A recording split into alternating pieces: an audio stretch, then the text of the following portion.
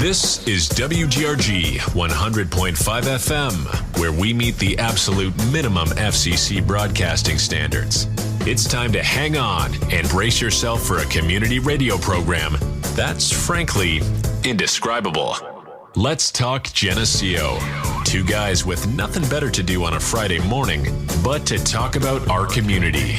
Geneseo City Administrator Brandon Meglin and City Alderman Keith Kennett. And yeah, nobody, and I mean nobody, puts the blah in blah, blah, blah like these guys do.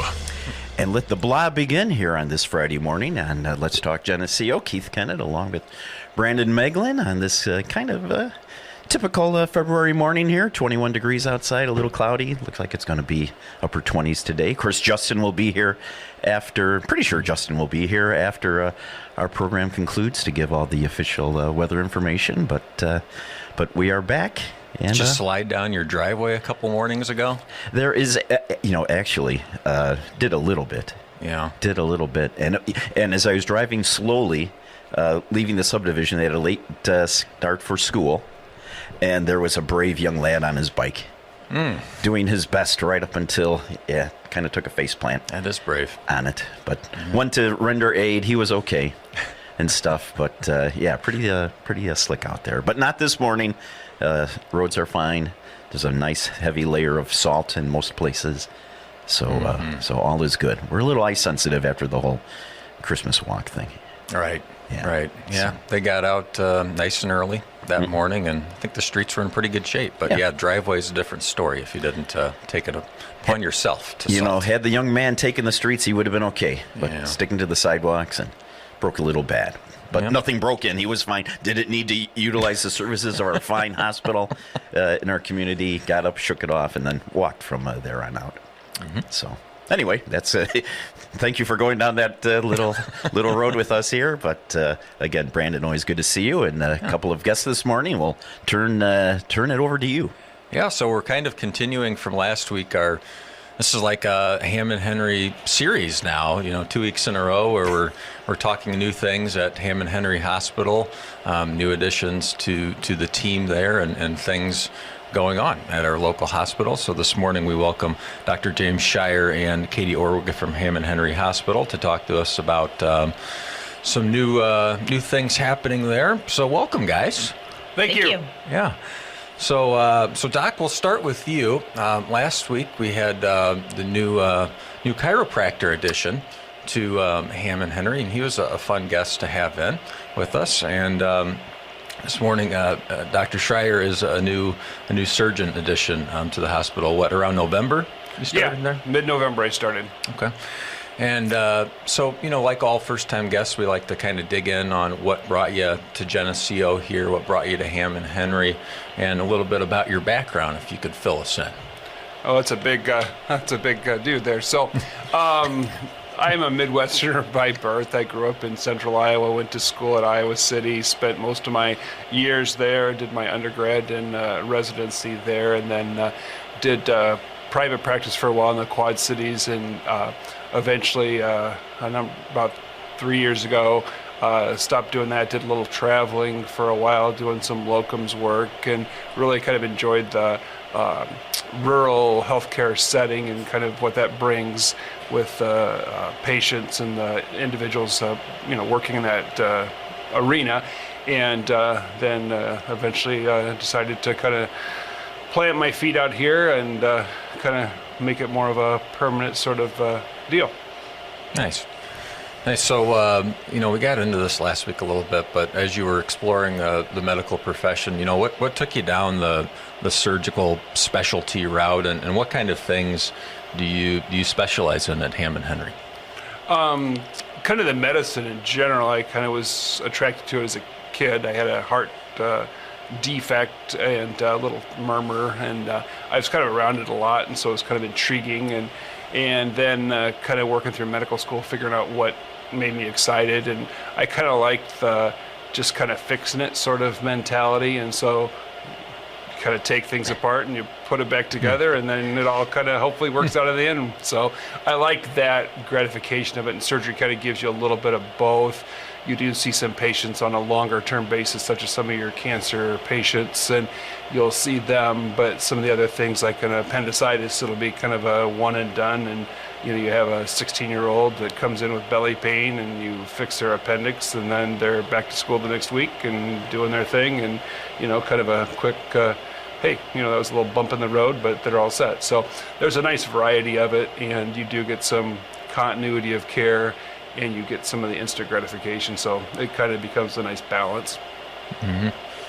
So what are the showing how naive I am about this topic, maybe. So, looking at, so you're a general surgeon. So what does that mean exactly? Are there certain things that you see more frequently than others, or that you tend to specialize in at a hospital like Hammond Henry?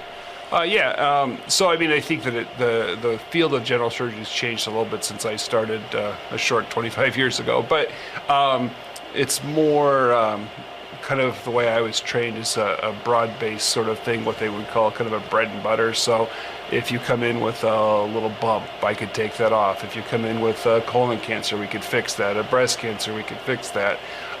Taking out your gallbladder. So a lot of that sort of thing, that pretty broad-based.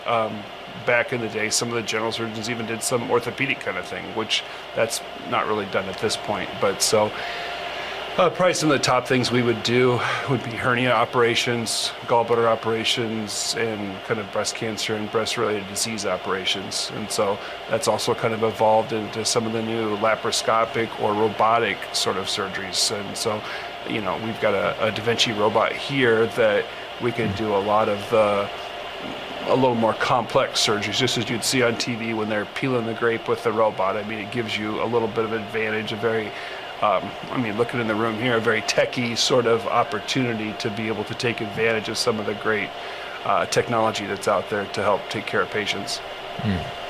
Yeah, I was going to ask you about that with some of the new technology with the Da Vinci. What does it take to actually transition to learn to use the robotics from just generally how you were trained? Probably a lot of online gaming. It helps a lot with your hand-eye coordination. I think that when you start doing laparoscopic surgery, to learn it, it's really kind of odd because you're watching the screen and you've got your hands and you're trying to do things with your hands while watching it happen on the screen. And the robot's kind of that a little bit on steroids. You get it all set up and then you're sitting there and you're physically separated quite a ways from the patient at that point after you get it all set up, and you're doing it all sitting at a console and you've got your head in a little video screen, and you just kind of make it all happen. Nice. So I'd like to ask all you guys this too. So from your experience, just on kind of the general health and wellness of the community, because of things that you've seen with patients, are there any things that you'd like to share or can share, tips or to keep people maybe away from you more often? Probably reading the safety manuals on anything you would use, such as lawn equipment, tractors, that sort of thing. But for the most part, we try to, things like getting your colonoscopy at a reasonable age before you have a problem, and then you can kind of be preventive with it, getting your mammograms, to make sure that you don't come in with a bad problem that could have been prevented. So a lot of it to stay away from us or healthcare in general is to kind of do your good prevention things and make sure you're trying to take care of yourself and be healthy and kind of the basic stuff. All right. There's no fancy, so I think that, seeing the people, especially in the community, hardworking and all that, I think that helps a lot. So, Man, you're supposed to tell us there's a magic pill that we can get somewhere. That would be a very nice thing, but unfortunately, there are no magic pills. And what would be, probably the more common type surgery you'd get involved in here, in town? Is it, the gallbladder and hernia, kind of the more, I don't want to say routine, but more common type surgeries? Yeah, it's kind of not really a surgery, but it's very beneficial, as we're doing a lot of colonoscopies for screening for colon cancer and colon diseases.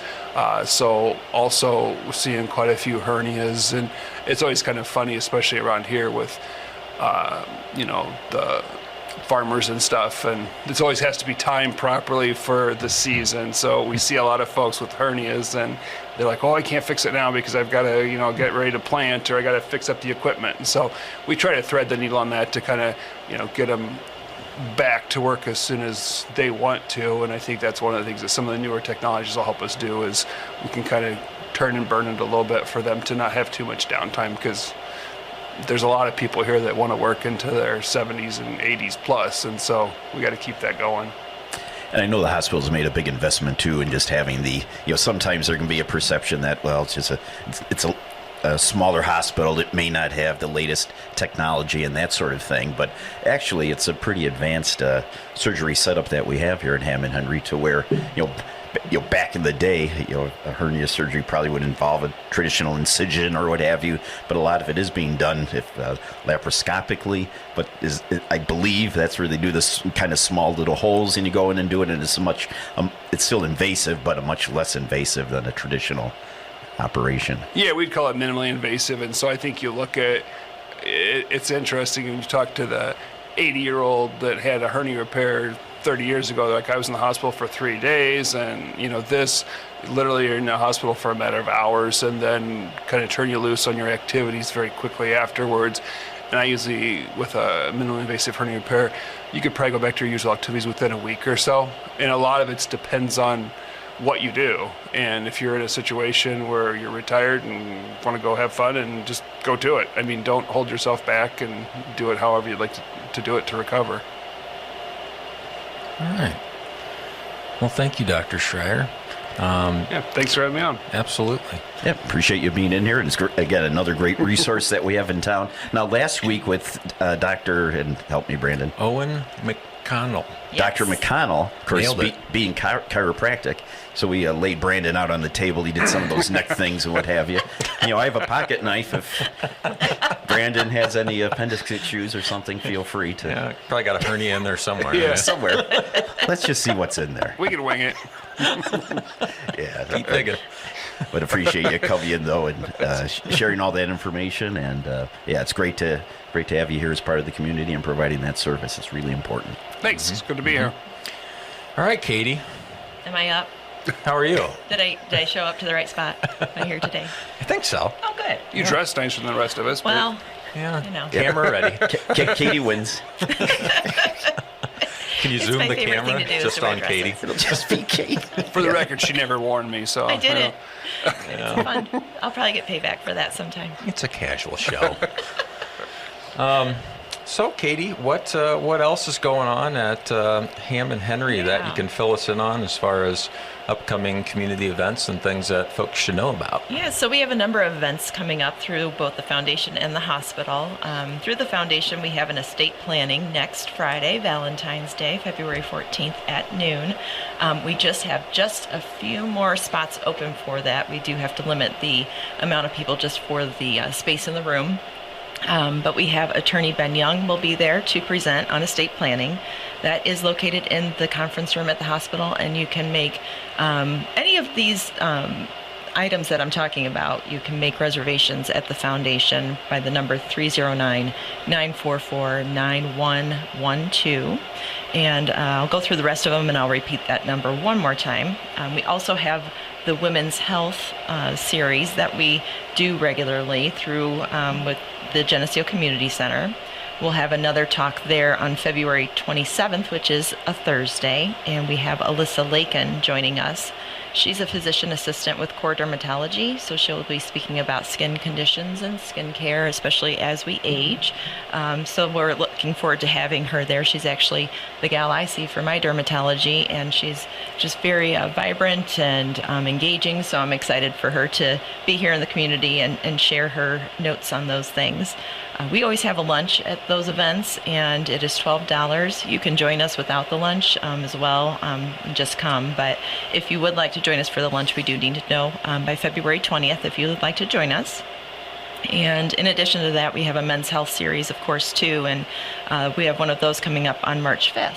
So on that Wednesday, March 5th at 7 a.m. we have that chiropractor, Dr. Owen McConnell, will be joining us, and he'll be presenting on maintaining a healthy lifestyle, and it'll be right there in that conference room there too, right off of the east entrance. So we do take reservations for that, but that's not necessary as much. We just like to have the gentlemen come. It's a nice 7 a.m. group. You can get in there before your day begins and learn all sorts of good things with the different topics that we present with those gentlemen in the morning. It's a nice group. You can call that one Coffee with a Chiro. I just titled it for you. Thank you.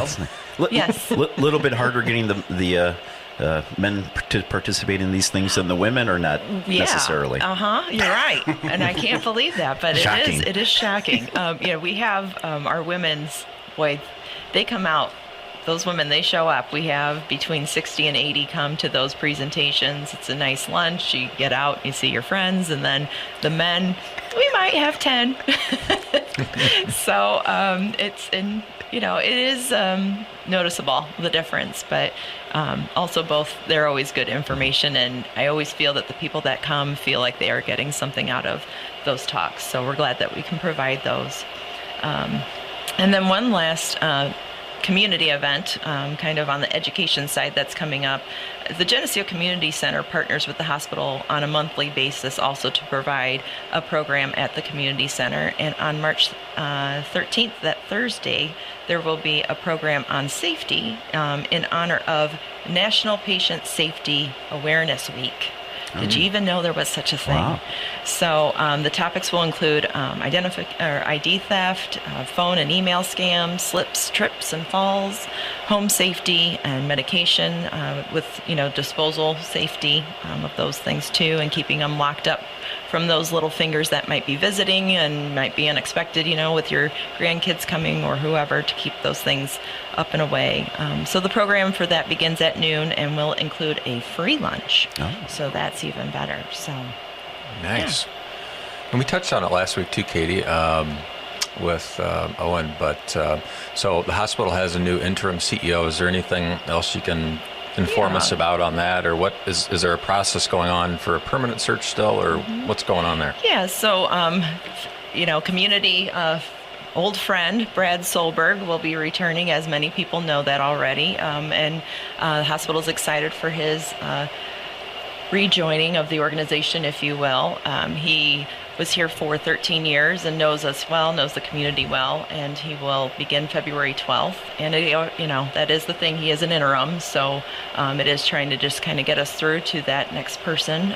The board is reviewing the job description and starting that process. So they will be hired through the board, and with our consulting Ovation Healthcare, they will team up to pick that new person. Cool. So they are working on that, and as information they decide to share, then we can share that too. But we are just kind of at the beginning stages. So. Yep. Yeah, we should also mention that I know the hospital is involved in the dementia-friendly task force, right? The Geneseo Police Department, Detective Jamie Shoemaker is heavily involved in leading the Geneseo Impact Program in this task force. They announced this week that they're going to be doing the Mindful Strides 5K again at Richmond Hill Park. So that's exciting. That's on April the 5th. The race starts at 9 a.m. You can sign up now, I believe, by checking out the Geneseo Police Department Facebook page if you want to get registered for that. There's an online format. I don't know if you know anything else about that, but yeah, I know there's a T-shirt involved, so be sure to get one of those. And it's a good-looking little logo that they always come up with. New design this year. Yeah, and I think they're still going to have it. Yeah, Richmond Hill. It's a different place to run for sure. So that's kind of, if you're a runner or a walker, even, that's a little bit more challenging. Maybe with the big Whopper Hill that you have to either ascend or descend. At some point, you have to do them both. Yeah. So get ready. But yep, it's a good event. I've been involved with some of that in the past, and so that's a wonderful thing that we've been doing to help our folks suffer with dementia, to be able to get them those bracelets that if something should happen where they wander away, we're able to help find them. And that's not something every community has, so we're very grateful to have that. And it has actually, we should mention it's been used. There has been at least one situation that I'm aware of where, an alert went out for somebody that had wandered off from their home, and there was a search for that person. So these bracelets do become pretty vital for those that live in the community when those things happen, to get them home safely, especially this time of year. Somebody wanders out in the cold, that's not good. No, extreme temperatures too, even in the summer, you just don't want them to be out. Yeah. You can't get to them, and those are amazing things. They don't work with satellites. It's all radio frequencies, so that's something that's more available. And they can be done from the air as well, so that can even encompass a different perspective to cover area. So very helpful, great to have here. Yeah, so this race helps raise funds for that initiative, and the other great things that they're doing with the partnership between the hospital and the police department and the other community organizations. So, what else? Anything else you want to share, Hammond Henry related, or? Gosh, well, we've got some. Maybe some things coming that will be, we're looking kind of at our overall square footage and what we have, and nothing big, but how do we use it better? As many people know, with the dialysis center that left Geneseo, they had made that decision, the third party did. We have this space that we need to utilize in a better fashion. It's the old kidney dialysis center. So what will we do with that? That's something that's being discussed. What services in the community are needed most, and what can we do to benefit them? So we are doing a little bit of this kind of master facility planning, and I don't know if that's quite the right term, but we are kind of looking at the hospital as a whole and where things need to be improved upon.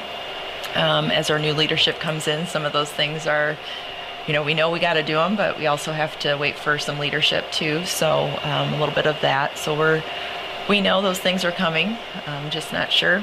They're still a mystery a bit, but we're looking forward to serving the community that way as well. Also working on recruiting. Finding new, individuals to come participate and help out to provide the good quality care to the community. So working on trying to get people in and putting out feelers for new grads, established people, and everything. So, what are some of the most desired positions, or the positions in need that you guys would be looking for? So I think we're still looking for an additional surgeon to help you out a bit. Right. And then maybe even some other family physicians. I know we have 2 joining us this year. We have Dr. Cook will join us in September. He will be at the Kelowna Clinic. And as Kelowna Clinic's always been that walk-in care feel, well, he will bring that actual patient care family practice style there. So you can make appointments with Dr. Cook and have your, all your regular appointments with him. So that's something new for Kelowna that's coming in September.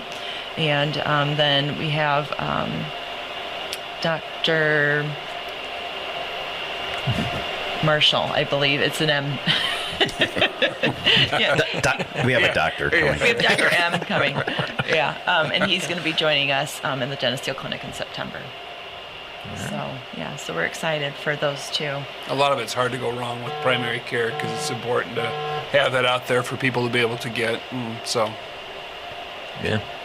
All right. Well, appreciate it, guys. Thanks for being here, as always, on our Hammond Henry segments. Yes, absolutely. Thank you for having us. Thank you.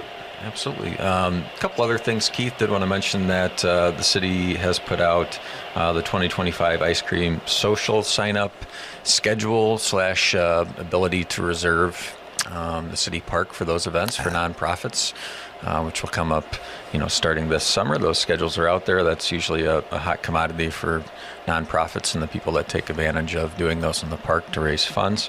So you can check out the city webpage or Facebook page for that. We should mention that the Geneseo Chamber of Commerce is hosting the Cupid's Cashback Weekend next weekend, Valentine's Day, where there'll be different specials and deals and giveaways and things going on at Geneseo businesses. Oh, fun. Yeah, that'll be a good time.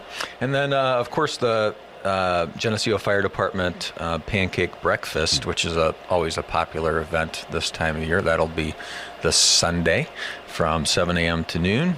Only $5 a ticket. So, see your favorite local Geneseo firefighter, and they can probably sell you a ticket pretty quick to come to that.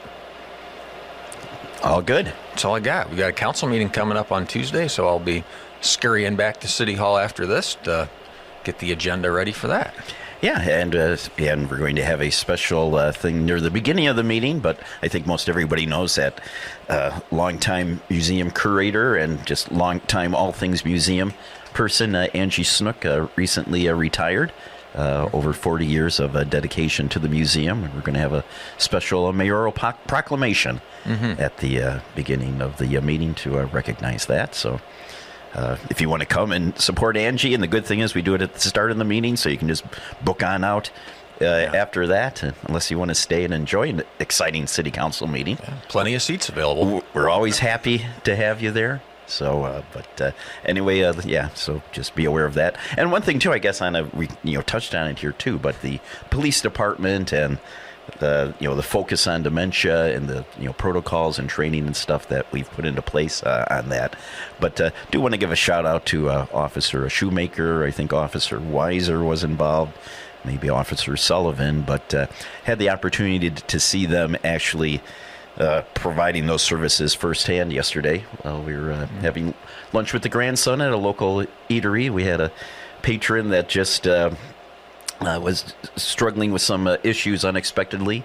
So we were just reassuring and trying to keep the person calm. But Jamie arrived very quickly, and you could see the training, you could see the protocol in there, and was extremely helpful in this situation in getting the person off to into a better situation.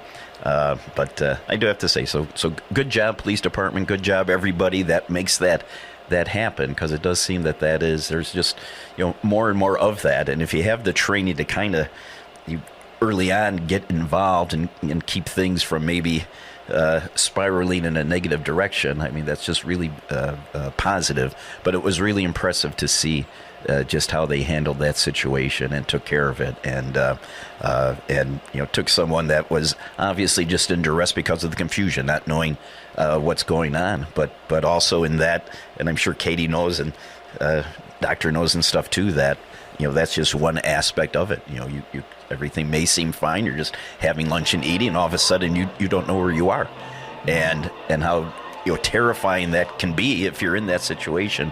But to have the training to know how to react, other than a bunch of people in the restaurant going, we're here, it's all okay, type thing. But so pass that along when you see them, if you would, today, Brandon. But I'm sure they're listening. Good job, police department. So.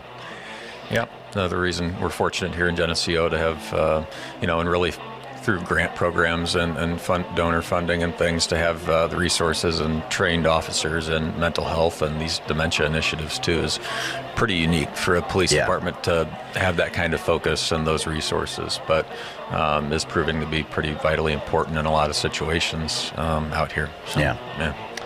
All right. Well, I guess with that, we hear the school music playing in the background, so they're going to start their morning announcements and all that. So we'll pull the plug, but there will be no program next Friday. Brandon and I taking a little Valentine's Day trip. Oh, no, that's incorrect. I'm sorry. But Brandon will be unavailable, so we get a day off. But so we'll be there the week after that, which would be the 21st. Right. It's hard adding 7 to 14. Would be the 21st. Ask the doc to do that, not me. It's close. All right. Well, I don't see Justin, Brandon. Yeah. So I hope Justin's okay, and maybe he's a little under the weather or something, but he's very prompt. So here, we'll do it for him. Cloudy and 30 degrees. Well, yeah, but he does it much better than we do, though. Yeah. But appreciate that. All right. Well, thanks, everyone, for tuning in and listening. And this is WGRG 100.5 FM in Geneseo. Have a great weekend. On the charge.